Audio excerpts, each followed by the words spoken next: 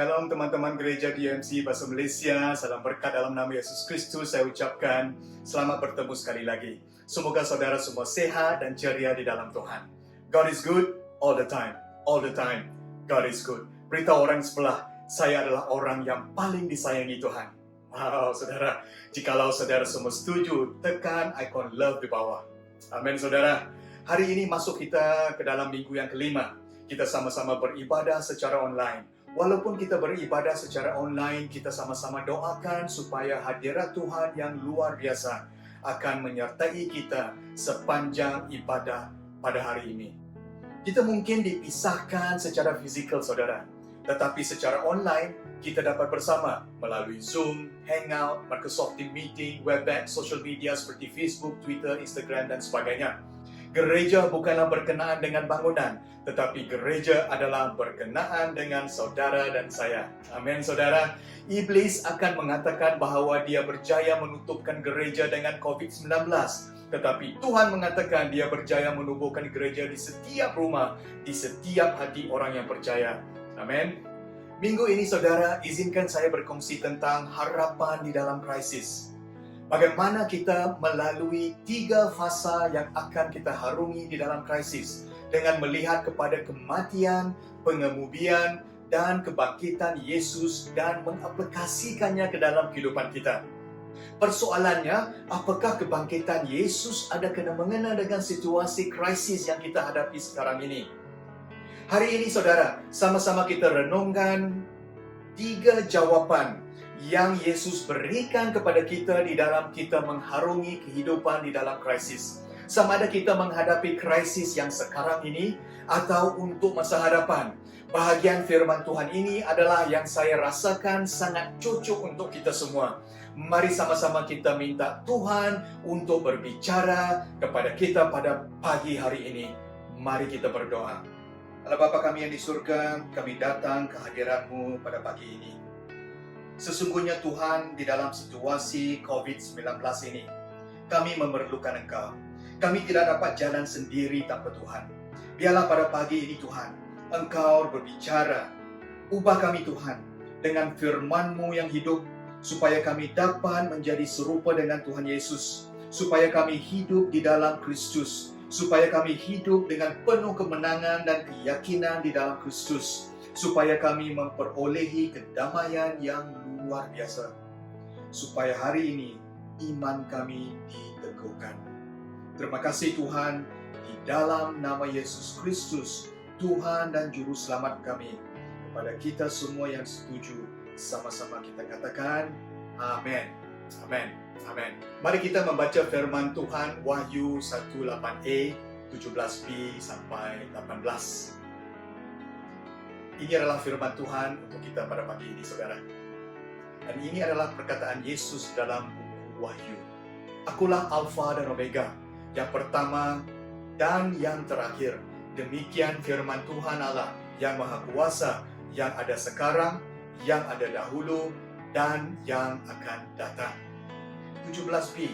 Janganlah takut, akulah yang pertama dan yang terakhir. Akulah Dia yang hidup.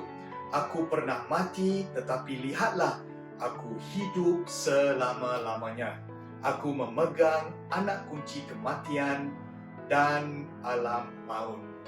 Paskah adalah untuk kita merayakan kemenangan Yesus. Amin, saudara. Kemenangan Yesus yang terbesar ialah di dalam mengalahkan maut.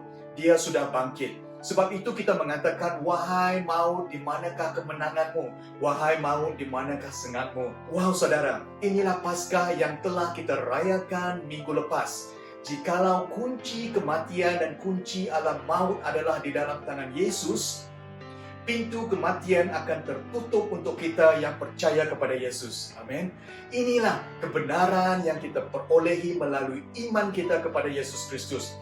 Hari ini saya ingin kita sama-sama melihat kepada perspektif Paskah yang berlainan sedikit. Secucuk dengan keadaan krisis COVID-19 ini, saudara. Ialah dengan melihat transformasi yang ajaib yang berlaku kepada murid-murid dan pengikut-pengikut Yesus. Di dalam 72 jam, saudara, mereka semua ditransformasikan dengan radikal sekali. Yohanes 20:19-20 mengatakan, pada hari Minggu itu, setelah petang, para murid Yesus berhimpun di sebuah rumah dengan pintu terkunci kerana takut akan orang Yahudi. Yesus berdiri di tengah-tengah mereka lalu berkata, damai sejahtera kepadamu. Selepas itu dia menunjukkan tangan dan rusuknya kepada mereka. Maka murid-murid itu pun bersukacita melihat Tuhan. Alkitab mengatakan di dalam Yohanes 20, Ahad petang, hari di mana Yesus telah bangkit dan murid-murid Yesus berhimpun di sebuah rumah dengan pintu terkunci kerana takut kepada orang Yahudi. Nah saudara, pintu terkunci dan lockdown di dalam rumah nampak serupa dengan keadaan lockdown kita sekarang. Amen. Kita lihat situasi mereka saudara. Mereka di dalam pengasihan ataupun isolation. Mereka terintimidasi. Mereka di dalam ketakutan, intimidated. Mereka merasa tidak selamat ataupun insecure. Mungkin mereka merasakan pihak berkuasa telah membunuh Yesus. Dan sekarang giliran mereka pula. Mungkin askar Roma akan datang untuk menangkap mereka. Mungkin mereka takut dengan intimidasi orang-orang Yahudi yang lain. Dicela, diketawakan, dipandang rendah dan sebagainya. Tiba-tiba Yesus berdiri di tengah-tengah mereka, saudara. Lalu berkata, damai sejahtera kepada kamu. Saudara, apabila Yesus disalibkan secara umum di khalayak ramai, murid-murid Yesus tentu mengalami emosi-emosi yang negatif. Harapan mereka tentang datangnya kerajaan Allah seolah-olah hancur dan sekarang Mesias mereka yang sudah mati di atas salib. Tetapi apabila mereka telah melihat Yesus bangkit dan menang atas kematian, mereka ditransformasikan. Wow saudara, mereka sedia berhadapan dengan dunia dan ya, mereka memberitakan Injil ke seluruh dunia. Dan sekarang saudara, kita semua adalah salah seorang daripada 2.3 bilion orang yang percaya. Haleluya. Beritahu kepada teman kiri dan teman kanan. Haleluya. Berikan high five kepada mereka. Mari kita beri tepukan kepada Tuhan dengan klik ikon kasih di bawah. Jadi saudara, apakah yang mengakibatkan transformasi kepada sikap mereka di dalam 72 jam? Di dalam keadaan krisis kepada kebangkitan semangat yang luar biasa. Mereka melihat kebangkitan Yesus Kristus dengan mata mereka sendiri. Apabila kita mengharungi krisis, saudara, kita mungkin akan bertanya soalan-soalan ini. Pertama, apakah yang harus saya lakukan di dalam krisis? Ya kan saudara? Kedua, bagaimana saya boleh mengharungi hari-hari kekeliruan dan kesedihan? Dan mungkin ketiga, bagaimana saya menuju kepada kebebasan dan kegembiraan dengan sukacita? Jawabannya saudara adalah di dalam kebangkitan Yesus Kristus. Nah, lihat di sini saudara, kematian, pengebumian, dan kebangkitan Yesus berlaku dalam 3 hari. Ada 3 fasa yang boleh kita pelajari di sini, saudara. Jumaat, hari kematian, adalah hari ketakutan dan kesakitan hati. Sabtu, hari pengebumian, adalah hari kekeliruan dan kesedihan. Ahad, hari kebangkitan, adalah hari kebebasan dan kegembiraan dengan sukacita. Wow, ini realitinya saudara. Kita semua, termasuk saya sendiri, akan melalui ketiga-tiga fasa ini berulang-ulang di dalam kehidupan kita. Tidak ada yang terkecuali kerana kita hidup di dalam dunia yang hancur. Maksudnya kita akan menghadapi situasi krisis berulang-ulang sepanjang hidup kita di dunia ini. Dan cara kita mengendalikan dan meresponi krisis kita akan menentukan masa hadapan kita dan destiny kita. Izinkan saya cadangkan 3 cara kita mengatasi krisis kehidupan secara praktikal dengan melihat hari pertama, kedua, dan ketiga. Saudara, kita masuk ke dalam fasa pertama, hari ketakutan dan kesakitan. Hari pertama ialah hari kematian Yesus di atas salib. Ia adalah hari ketakutan dan kesakitan. Kita lihat saudara, untuk yang sekarang ini, banyak orang di dalam ketakutan dengan COVID-19. Banyak orang juga di dalam kesakitan dengan COVID-19. Kita tahu bahwa impact COVID-19 akan melanda negara kita secara ekonomi, secara sosial, dan secara psikologi. Tetapi secara rohani, saya percaya bahwa Tuhan akan melakukan sesuatu yang di luar pikiran kita, saudara. Amin.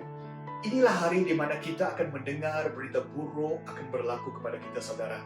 Contohnya, kita mendapat berita pemberhentian kerja, atau laporan penyakit, atau laporan kematian dan sebagainya. Contohnya, saudara, Raja Yosafat pada satu ketika mendapat berita bahwa 3 musuhnya sedang dalam perjalanan untuk menyerangnya. Lalu dia merasa takut. Saudara, inilah fasa di mana hari kita merasa takut dan sakit. Kita perlu melakukan 2 perkara di dalam fasa ini. Yang pertama, ialah untuk kita reach out to God. Kita harus berdoa kepada Tuhan, meminta pertolongan Tuhan, dan menyatakan kepada Tuhan dengan tahap khusus kita ataupun gut level kita, kan saudara, tentang apa yang kita lalui. Bayangkan saudara, jika kita di dalam tempat Yesus, apa yang harus saudara doakan dengan mengetahui penyiksaan yang akan saudara lalui di atas salib. Markus 14, 35-36 mengatakan dia pergi jauh sedikit lagi, lalu merebahkan diri ke tanah dan berdoa kalau dapat saat ini diedarkan daripadanya. Katanya, Aba Bapa, segala-galanya dapat kulakukan, edarkanlah cawan ini daripadaku. Namun demikian, bukan kehendakku, tetapi kehendakmu yang terlaksana. Nah saudara, ikut saya di sini. Yesus tahu bahwa dia akan menghadapi kesakitan fizikal, kesakitan mental, emosional, dan rohani yang teramat sekali. Ketika Yesus berdoa, dia tahu dia akan mengalami kesakitan fizikal, saudara. Dia tahu dia akan dipukul, dia akan dilukakan, dia akan dirobek, dia akan diseksa, dia akan dicambuk dengan 39 sebatan, dia akan diletakkan mahkota duri di atas kepalanya, dia akan dipaku di atas salib, dan sebagainya.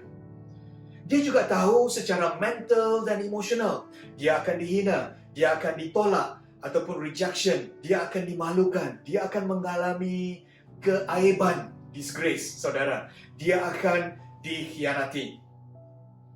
Secara spiritual pula, saudara, dia tahu dia akan memikul kesalahan kita. Dia akan membayar hutang kita di atas salib dengan darahnya. Dia akan menebus segala dosa manusia di atas salib. Setiap pembunuhan, setiap pencabulan, setiap penyiksaan, setiap dosa-dosa manusia, saudara, akan ditimpa olehnya di atas salib. Fikirkan saudara, semua ini bukanlah pun kerana kesalahannya, tetapi kerana kesalahan manusia, kerana kesalahan kita, dan kerana kesalahan saya dan saudara. Dia akan mengalami perpisahan dengan Allah Bapa. Sebab itu dia berteriak, Ilai, Ilai, lama sabachthani. Maksudnya, Ya Allahku, Ya Allahku, mengapa kau tinggalkan aku?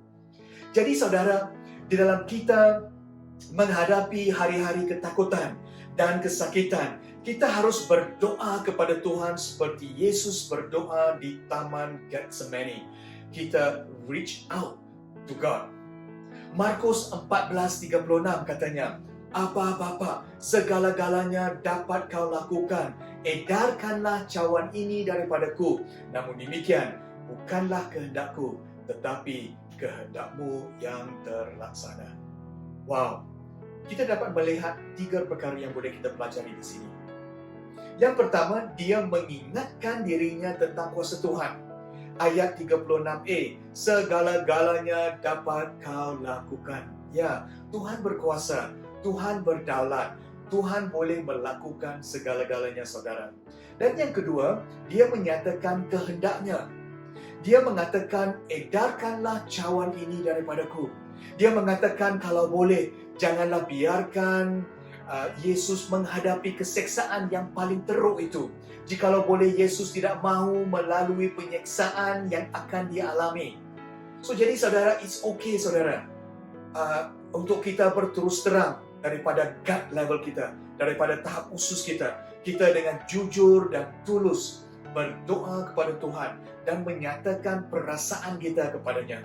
Dan yang ketiga, dia meletakkan kepercayaannya kepada Tuhan. Namun demikian, bukanlah kehendakku, tetapi kehendakmu yang terlaksana. Wow, inilah Yesus kita. Apa yang terbaik yang Tuhan akan lakukan, itulah yang akan dia harungi. Dia menyerahkan dirinya mengikut kehendak Tuhan. Inilah saudara, doa Getsemani saudara. Doa di mana kita menghadapi hari-hari ketakutan dan hari-hari kesakitan. Kita reach out to God. Yang kedua, yang Yesus lakukan di dalam hari ketakutan dan hari kesakitan, yaitu fasa yang pertama, ialah untuk bersama dengan kawan-kawannya. Yang kedua ialah reach out to friends. Sebelum Yesus dikhianati, ditangkap dan diseksa, dia bersama dengan murid-muridnya di upper room merayakan Paskah. Dan dengan mengetahui keseksaan yang akan dialami, dia membawa murid-muridnya ke Getsemani untuk berdoa. Yesus mengatakan di dalam Matius 26:38, dia, yaitu Yesus, berkata kepada mereka, "Jiwaku sungguh duka cita, bagaikan mati. Duduklah di sini, berjaga bersamaku." Saudara, adalah satu kesilapan yang besar jikalau kita menghadapi ketakutan dan kesakitan berseorangan. Kita memerlukan kawan. Amin, saudara. Lebih daripada itu, Yesus juga jujur dengan kawan-kawannya. Dia menyatakan bahwa dia berduka cita bagaikan mati. Dia meluahkan emosinya kepada kawan-kawannya, teman-temannya, murid-muridnya. Kita harus luahkan emosi kita kepada kawan kita. Saudara, hidup kita bukanlah bersendirian. Kita memerlukan teman-teman seiman di dalam kesedihan kita. Gereja dan cell group adalah tempatnya. Di dalam kita mengharungi COVID-19 ini, inilah masanya kita berada di dalam cell group. Kita memerlukan teman-teman seiman yang sejati yang dapat menolong kita di dalam perjalanan kehidupan kita. Oleh itu, saudara, di dalam kita mengharungi hari yang pertama, hari ketakutan, hari kesakitan, yaitu fasa yang pertama. Apabila kita mendengar berita-berita buruk yang akan datang, ataupun berita-berita yang tidak baik yang akan menimpa kehidupan kita, antidotnya ialah reach out to God dan reach out to friends, saudara. Kita mencari wajah Tuhan dengan berdoa dan worship. Kita mencari teman-teman seiman di dalam gereja dan sama. Amin, saudara. Masuk kita ke dalam fasa yang kedua, yaitu hari kekeliruan dan kesedihan. Hari kedua ialah hari pengemudian Yesus. Hari ini adalah hari kekeliruan dan kesedihan. Inilah hari yang kita harus menghadapi cabaran dan menyeberangi lembah kegelapan. Saudara, bukan sahaja kita akan mengharungi hari ketakutan dan kesakitan apabila kita mendapat berita buruk, tetapi kita juga akan masuk ke dalam fasa yang kedua, di mana kita harus mengharungi hari cabaran tersebut, yang kebiasaannya adalah hari kekeliruan dan hari kesedihan. COVID-19, saudara, akan mengakibatkan kita mungkin hilang pekerjaan, mungkin hilang punca pendapatan, mungkin hilang kebebasan untuk bergerak, mungkin hilang hak kita, dan sebagainya. GDMC, saudara, sekalian tahu bahawa kita mempunyai 4 kes COVID-19 yang positif, 3 orang dewasa dan 1 anak muda. Saudara, ini mengakibatkan ramai orang-orang yang terdekat keliru dan di dalam kesedihan. Tetapi Tuhan menyertai setiap individu, saudara. 3 daripada 4 orang yang diuji positif sudah sembuh dan mereka sudah keluar daripada hospital. Amin, saudara. Dan yang seorang lagi daripada di dalam ICU dan memerlukan bantuan mesin pernafasan, sekarang sudah masuk ke dalam ward biasa dan boleh bernafas tanpa bantuan. Doktor sangat gembira dengan perkembangan penyembuhan beliau, saudara. Teman-teman sekalian, inilah fasa di mana kita keliru kadang-kadang. Kadang-kadang kita merasa sedih. Tetapi teman-teman sekalian, kita tahu bahwa Tuhan akan menyertai kita. Teman-teman sekalian, kita akan terus berdoa dan terus berdoa dan terus berdoa, saudara, supaya penyembuhan yang total akan berlaku kepada seorang ini yang masih lagi di dalam hospital. Tapi kita mau percaya bahwa dia akan disembuhkan oleh Tuhan dan Tuhan sendiri. Amin, saudara. Kita lihat di sini, saudara, di dalam hari pengemudian, hari yang kedua, murid-murid Yesus mengalami perasaan kekeliruan dan kesedihan. Banyak emosi-emosi negatif yang mereka alami, saudara. Mereka mempunyai perasaan dendam. Mereka rasa dikalahkan. Mereka rasa demoralized. Mereka rasa kecewa. Mereka rasa tertekan, bermasalah. Mereka mempunyai kekacauan dan gangguan fikiran. Mereka depressed, saudara, ataupun tertekan. Mereka disillusion dan kecewa. Mereka tidak tahu apakah yang akan berlaku pada masa hadapan mereka. Dan inilah yang mereka lalui pada hari Sabtu, yaitu hari kekeliruan. Nah, saudara, Yesus sudah memberikan amaran bahawa ini akan berlaku, saudara. Matius 26:31. Kemudian Yesus berkata kepada mereka, "Kamu semua akan goyah kerana-Ku malam ini. Seperti yang telah tersurat, Aku akan merebahkan gembala dan kawanan domba akan bertempiaran." Lihat di sini, saudara, Yesus sudah tahu apa yang akan berlaku.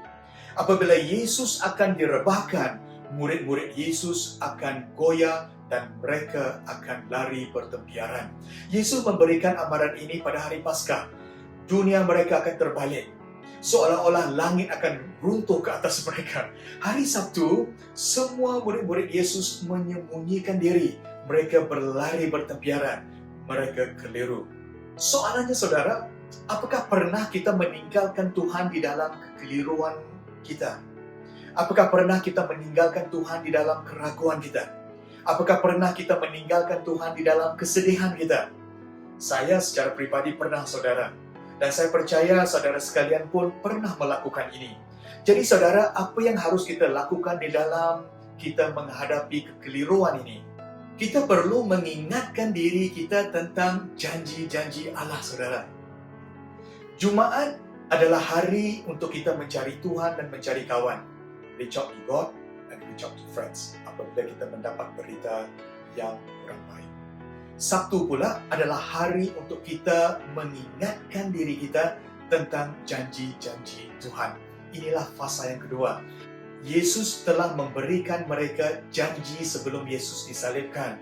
Yohanes 16:16, Yesus berkata, "Tidak lama lagi kamu tidak akan melihatku, dan tidak lama kemudian kamu akan melihatku." Yesus meramalkan kebangkitannya, saudara. Kita akan mengalami musim kekeliruan dan kesedihan. Tetapi Yesus mengatakan Dia akan datang kembali. Kita akan bersuka cita seperti seorang perempuan yang sudah melahirkan anak ke dunia. Wow, saudara, kita akan lupa segala kesakitan sebelum bersalin, saudara. Di dalam situasi COVID-19, kita akan mengalami musim ketakutan, kesakitan, kekeliruan, dan kesedihan. Apa yang harus kita lakukan ialah ingat janji-janji Allah. Tahukah saudara bahawa ada lebih kurang 7,000 janji-janji Allah di dalam Alkitab untuk kita? Wow, 2 Korintius 1:20, Yesus adalah ya bagi semua janji Allah. Oleh itu, melaluinya kita menyebut amin demi kemuliaan Allah. Semua janji-janji Allah adalah ya melalui Yesus Kristus, saudara. Di dalam musim kegelapan, kita harus bergantung kepada apa yang kita tahu sebagai benar. Tuhan melihat apa yang kita alami. Di dalam kita mengharungi lembah kegelapan. Mazmur 23 mengatakan, dengan gadanya, gembala akan memimpin kita. Dengan tongkatnya, gembala akan melindungi kita. Kita tidak boleh menyebabkan Yesus mengasihi kita lebih, atau kita tidak boleh menyebabkan Tuhan mengasihi kita kurang. Kerana kasih Tuhan tidak bergantung kepada apa yang kita lakukan. Ia bergantung kepada siapakah Allah. Allah kita adalah kasih. God is love. Alkitab mengatakan bahawa Tuhan boleh menyebabkan semua untuk kebaikan kita. Roma 8:28, kita tahu bahawa dalam semua hal Allah bekerja untuk kebaikan orang yang mengasihinya, yang telah dipanggil menurut rancangannya. Wow, saudara, Tuhan bekerja untuk kebaikan kita di dalam segala hal. Tidak kira sama ada kita di dalam situasi ketakutan, kesakitan, kekeliruan, dan kesedihan, Tuhan akan menyebabkan sesuatu yang baik berlaku di dalam segala hal. God specializes in bringing good out of bad things. Tuhan adalah seorang yang spesialis, saudara, di dalam membawa kebaikan daripada yang buruk. Amin, saudara. Yesus menyatakan berulang-ulang kali bahwa Yesus akan bangkit daripada kematian. Tetapi murid-murid Yesus terlupa. Mereka tidak mengingati janji Yesus kepada mereka. Oleh itu, saudara, antidot kekeliruan dan kesedihan, antidot fasa yang kedua ini, hari pengebumian Yesus, ialah untuk mengingati janji-janji Allah. Dari mana kita mendapat janji-janji Allah, saudara? Melalui apa yang tertulis di dalam Alkitab. Masuk kita ke dalam fasa yang ketiga, saudara, yaitu hari ketiga, hari pembebasan dan sukacita. Hari pertama, Jumaat, ataupun fasa yang pertama, ialah hari ketakutan dan kesakitan, saudara. Fasa yang kedua, hari yang kedua, Sabtu, ialah hari kekeliruan dan kesedihan. Fasa yang ketiga, hari yang ketiga, Ahad, adalah hari pembebasan dan sukacita. Apabila Yesus bangkit, Dia menunjukkan dirinya selama 40 hari di Yerusalem. Alkitab mengatakan bahwa Yesus bercakap kepada lebih kurang 500 orang selepas kebangkitannya. Setelah mereka melihat Yesus, mereka ditransformasikan. Daripada emosi yang negatif, mereka bersukacita melihat Tuhan. Daripada ketakutan kepada keberanian. Daripada demoralize kepada semangat yang berkobar-kobar. Daripada perasaan marah kepada mereka yang bersukacita. Daripada disillusion kepada pengharapan dan visi yang baru. Daripada tertekan, depressed, mereka dibebaskan dengan hidup yang baru. Daripada lemah kepada kekuasaan yang baru. Daripada kecewa kepada mereka memberitakan Injil ke seluruh dunia dan rela mati untuk melakukan tersebut. Inilah sejarah yang tidak boleh kita nafikan.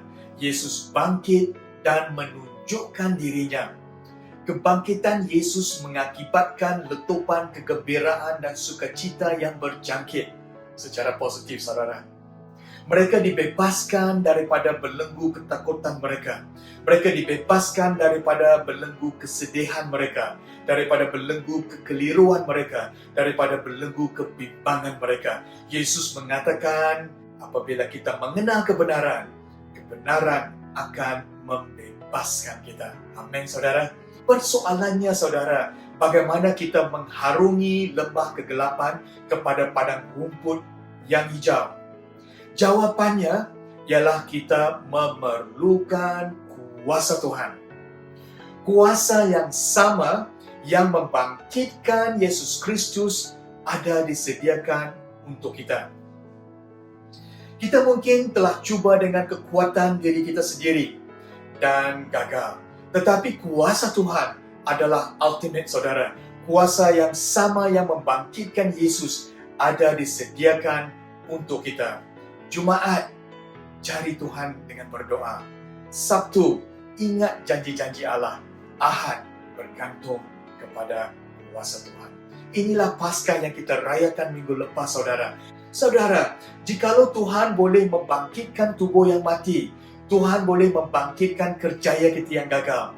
Tuhan juga boleh membangkitkan perhubungan suami istri. Tuhan boleh membangkitkan perniagaan yang gagal. Tuhan boleh membangkitkan mimpi kita yang hancur, saudara. Tuhan boleh membangkitkan visi kita yang pudar. Amin. Doa saya ialah untuk saudara dan saudari untuk hari ini ialah di dalam Efesus 1:18-20. Semoga Allah menerangkan mata hatimu untuk mengetahui harapan daripada panggilannya, limpah kemuliaan warisannya dalam orang yang saleh, dan betapa besar kuasanya bagi kita yang beriman. Demikianlah pelaksanaan kuasanya yang agung, itu dalam Kristus apabila membangkitkannya daripada kematian dan mendudukkannya di sebelah kanannya surga. Saudara, kuasa yang sama yang membangkitkan Yesus akan disediakan untuk kita semua apabila kita mempunyai perhubungan dengan Tuhan. Amin, saudara. Bagaimana dengan kita menerima kasih karunia Tuhan? Dengan kita menerima pengampunan dosa kita melalui apa yang telah Yesus lakukan di atas salib. Inilah harinya, saudara, kepada kita yang belum menerima Yesus, untuk kita menyatakan kesediaan kita untuk menerima Yesus Kristus.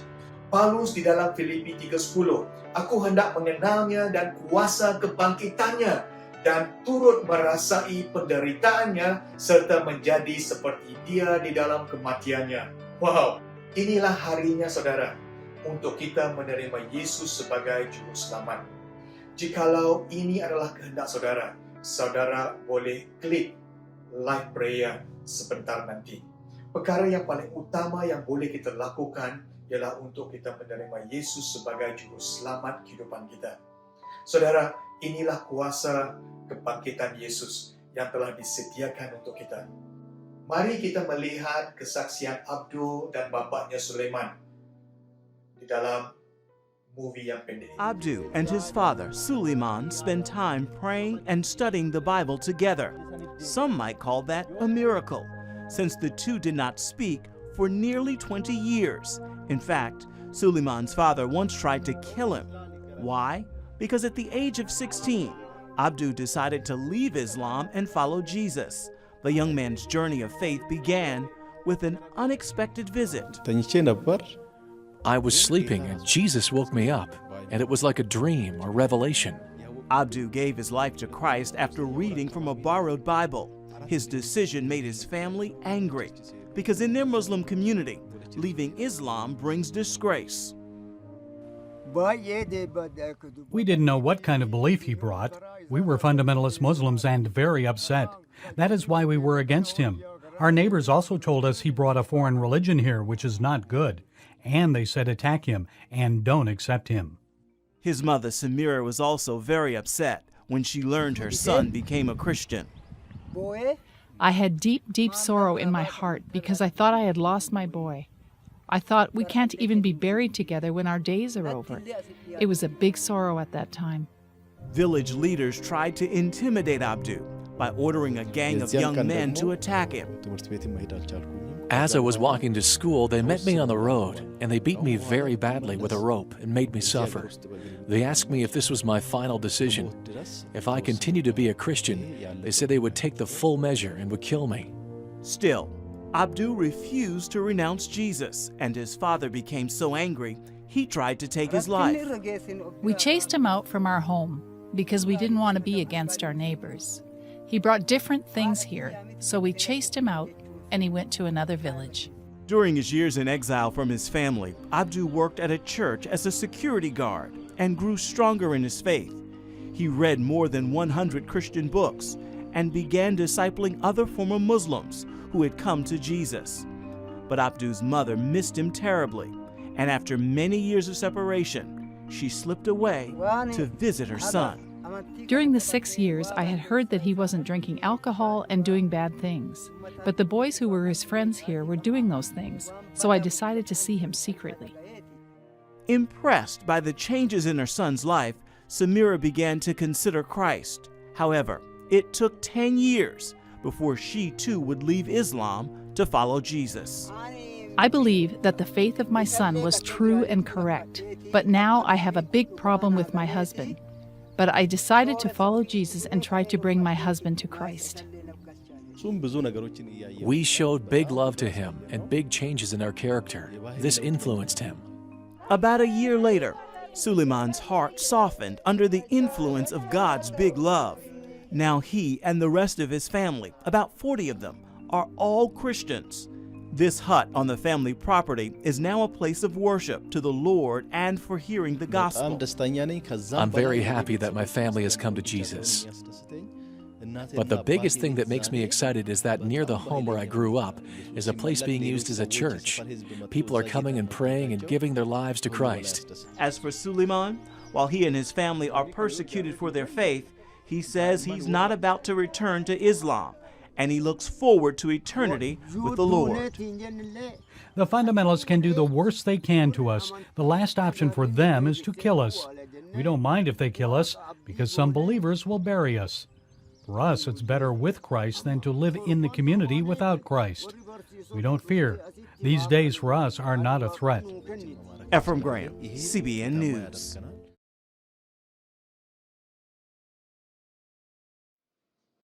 Wow, saudara, inilah Tuhan kita, saudara. Tuhan mau kita balik kepadanya. Abdul dan Sulaiman menerima Yesus sebagai juru selamat. Walaupun ada cabaran, mereka tetap berpegang kepada Yesus Kristus. Mungkin saudara pernah mendengar Matius 6:33, utamakanlah kerajaan Allah serta perbenarannya, dan semuanya itu akan diberikan kepadamu. Yesus menyarankan kita supaya jangan khawatir tentang makan atau minum, tentang tubuh kita, tentang apa yang kita pakai. Semua yang kita perlukan untuk hidup akan diberikan kepada kita. Kita tidak perlu khawatir dan risau. Yang penting ialah kita utamakan kerajaan Allah dan perbenarannya. Persoalannya, saudara, apakah perbenaran Tuhan, perbenaran Allah hanya dapat kita dapati melalui iman kepada Yesus Kristus. Nah, saudara, di dalam hidup kita akan menghadapi krisis kehidupan, kan? Kita akan mengharungi 3 fasa. Fasa pertama, hari ketakutan dan kesakitan. Fasa kedua, hari kekeliruan dan kesedihan. Fasa ketiga, ialah hari pembebasan dan sukacita. Jadi, saudara, perkara yang utama, priority di dalam hidup kita ialah utamakan kerajaan Allah dan perbenarannya. Dan yang lain akan diberikan kepada kita. Dan perbenarannya ini hanya dapat kita perolehi melalui iman kita kepada Yesus Kristus. Inilah kesimpulannya, saudara. Harapan kita di dalam krisis ialah Yesus Kristus. Kita melihat kepada Paskah, hari kebangkitan Yesus. Dialah Alfa dan Omega, yang pertama, yang terakhir. Janganlah takut, dialah yang hidup, dia yang pernah mati, tetapi lihatlah dia hidup selama-lamanya. Dia memegang anak kunci kematian dan alam maut. Amin, saudara. Mari kita berdoa. Terima kasih kerana kami telah belajar firman Tuhan untuk hari ini. Kami telah diperingatkan tentang 3 fasa di dalam kami menghadapi krisis kehidupan.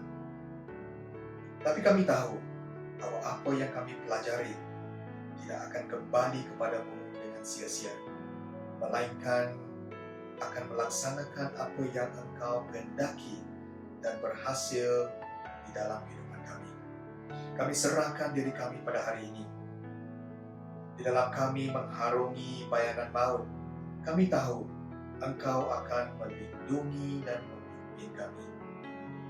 Karena Engkau adalah Gembala yang baik, rela mengorbankan nyawamu untuk kami. Engkau sungguh-sungguh mengasihi kami. Kami minta campur tangan Tuhan di dalam krisis kami, Tuhan. Supaya kami di tengah-tengah perlindungan dan pimpinan Tuhan. Di dalam hari ketakutan, Tuhan. Di dalam hari kesakitan, biarlah kami mencari wajah-Mu. Di dalam hari kekeliruan dan kesedihan, biarlah kami ingat akan janji-janji Allah. Dan kami tahu bahwa krisis yang kami hadapi adalah sedetik. Dan kami akan dibawa ke kemuliaan yang tanpa bandingnya satu hari nanti. Terima kasih Tuhan, karena Engkau sentiasa peduli ke atas segala yang kami perlukan. Terima kasih Tuhan.